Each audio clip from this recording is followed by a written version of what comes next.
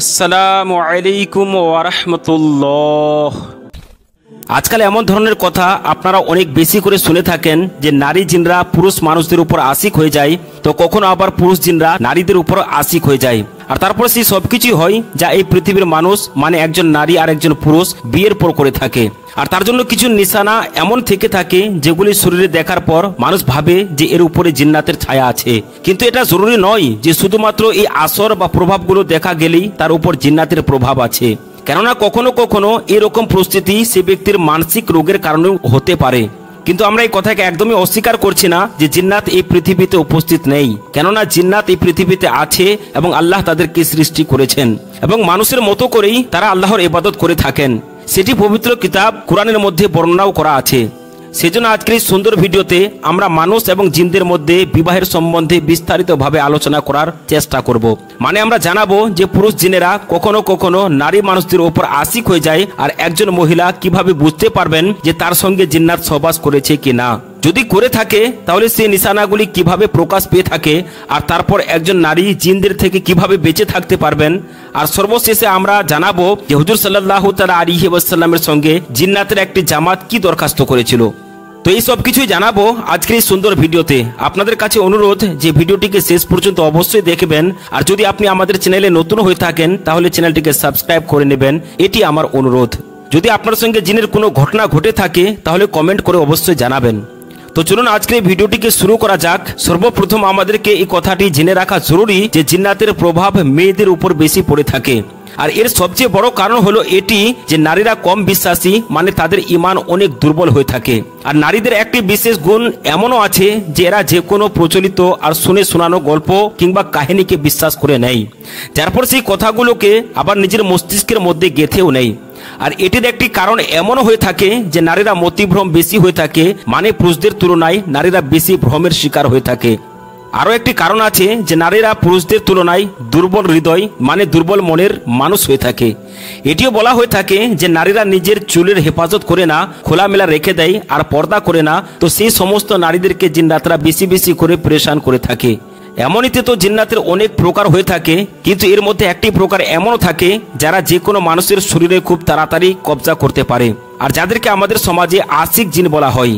এই জিন্নাতরা কারোর করে থাকা জাদুতেও কোনো মানুষের উপর কাবু করে থাকে অথবা নিজে সুন্দরী নারীদের উপর কবজা করতে চায়। আর যেখানে বেশিরভাগ নারীরা মানে 90% নারীরাই শিকার হয়ে থাকে। এর অনেকটা বড় কারণ এমনও যে নামাজের সঠিক পাবন্দি না করা, বেপরদায় থাকা, গান শোনা, ঠিকঠাক দোয়া এবং আমলগুলো না করা, বেশিরভাগই খোলামেলা ভাবে চলাফেরা করা, ঘরের ছাদের উপরে খোলা চুল রেখে সন্ধ্যা পর্যন্ত বসে থাকা, এই সমস্ত কারণেই জিন্নাতরা একজন নারীর উপর বেশি প্রভাবিত হয়ে থাকে। কিন্তু যখন একটি জিন্নাত কারোর করে থাকা জাদুর মাধ্যমে কোনো নারীর উপরে প্রভাবিত হয়, তখন তার সর্বপ্রথম কাজ হলো এই যে তার বিবাহকে আটকে দেওয়া। আবার কখনো কখনো এই জিন্নাতরা সহবাসও করে থাকে, আর এর শিকার বেশিরভাগ নারীরাই হয়ে থাকে। তখন এই নারীরা স্বপ্নেতে নিজেদের সঙ্গে সহবাস করতে দেখে, কখনো নিজের বাবার রূপে, কখনো নিজের ভাইয়ের রূপে, কখনো নিজের ছেলের রূপে, আবার কখনো আত্মীয় স্বজনের রূপে, অথবা নিজের স্বামীর রূপে, অথবা কখনো পরপুরুষের রূপেও দেখে থাকে। আর এই ঘটনা ঘটার পর এমন নারীদের শরীরে নীলাম রঙের নিশানা দেখা যায়, বিশেষ করে দুই হাঁটুর উপরের অংশতে এটি বেশি করে দেখা যায়। আবার কখনো কখনো শরীরে নখের চিহ্ন দেখতে পাওয়া যায়। কেউ তো আবার এমনটি মনে করে থাকে যে তাকে কোনো কিছু তো স্পর্শ করেছে। কারোর আবার এমন মনে হয় যে দিনে অথবা রাত্রিতে শোয়ার সময় তাকে কেউ ধরে রেখেছে, আর তখন সে নিজেকে কখনোই আর ছাড়াতে পারে না। তো এই সমস্ত নিশানাগুলি সেই সমস্ত জিন্নাতদের প্রভাব হয়ে থাকে যাদেরকে আমরা আশিক জিন বলে থাকি।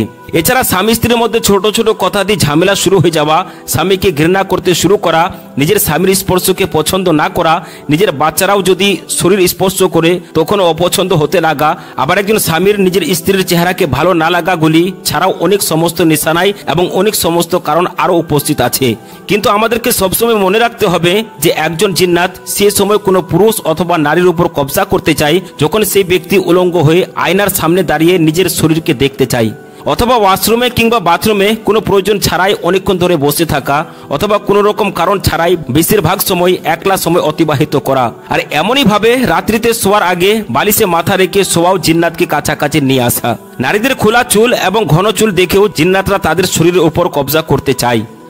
এগুলি ছাড়া আরেকটি সবচেয়ে বড় কারণ হলো কোনো রকম প্রয়োজন না ছাড়াই দীর্ঘ সময় ধরে অপবিত্র হয়ে থাকা, আর এগুলিকে জিন্নাতরা সবচেয়ে বেশি পছন্দ করে থাকে। তো সেই জন্য আমরা আপনাদেরকে কিছু এমন জিনিস জানাচ্ছি যেগুলো করার পর আপনি জিনদের কাছ থেকে সুরক্ষিত থাকতে পারবেন। সর্বপ্রথম যখন আপনি কোনো কাপড় পরিধান করবেন তখন সেটিকে বিসমিল্লাহ পরে পরিধান করবেন, যাতে করে জিন্নাত আপনাকে যেন উলঙ্গ অবস্থায় না দেখতে পায়। হাদিস শরীফে এসেছে, যদি মানুষ বায়তুল খোলা মানে টয়লেটে যায় তাহলে এই ছোট্ট দোয়াটি অবশ্যই পড়ে নেয়, আল্লাহুম্মা ইন্নী আউযু বিকা মিনাল খুবসি ওয়াল খাবাইস। তাহলে তখন সেই ব্যক্তির লজ্জাস্থানকে শয়তানি জিন্নাতের দৃষ্টি থেকে সুরক্ষিত করে দেওয়া হয়, মানে শয়তানের চোখে পট্টি পরিয়ে দেওয়া হয়। এরপর যখন আপনি বিছানাতে শোয়ার জন্য যাবেন তো সর্বপ্রথম আপনি ডান দিকে শোয়ার চেষ্টা করবেন, আর শোয়ার আগে পবিত্র কোরআনের শেষ 2 সূরাকে পড়ে নেবেন, মানে সূরা ফালাক আর সূরা নাস। আর মধ্যরাত্রিতে কখনো উঁচু আওয়াজে কথা বলবেন না, এমনটি করার ফলে জিন্নাতরা পেরেশান হয় আর সেই জন্য সে আপনার ক্ষতি করতে চায়। কোনো জিনিসকে রাত্রিবেলাতে জানালা দিয়ে ফেলার আগে অথবা উঁচু জায়গা থেকে লাফ দেওয়ার আগে সেখানে আল্লাহর নাম অবশ্যই নেবেন, অথবা এমনটি বলবেন যে যদি কেউ এখানে থাকে তাহলে তারা যেন সরে যায়, আমার এই স্থানটি প্রয়োজন আছে।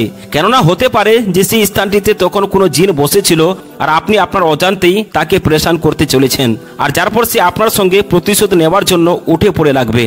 আরেকটি সবচেয়ে ভালো কাজ যেটিকে আপনি করবেন সেটি হলো যে যখন আপনি বাথরুমে যাবেন তখন আপনি এই দোয়াটি অবশ্যই পড়বেন, যেটা আপনাদেরকে কিছুক্ষণ আগে জানানো হলো। কারণ এই পৃথিবীতে জিন্নাতদের সবচেয়ে পছন্দের জায়গা হলো বাথরুম।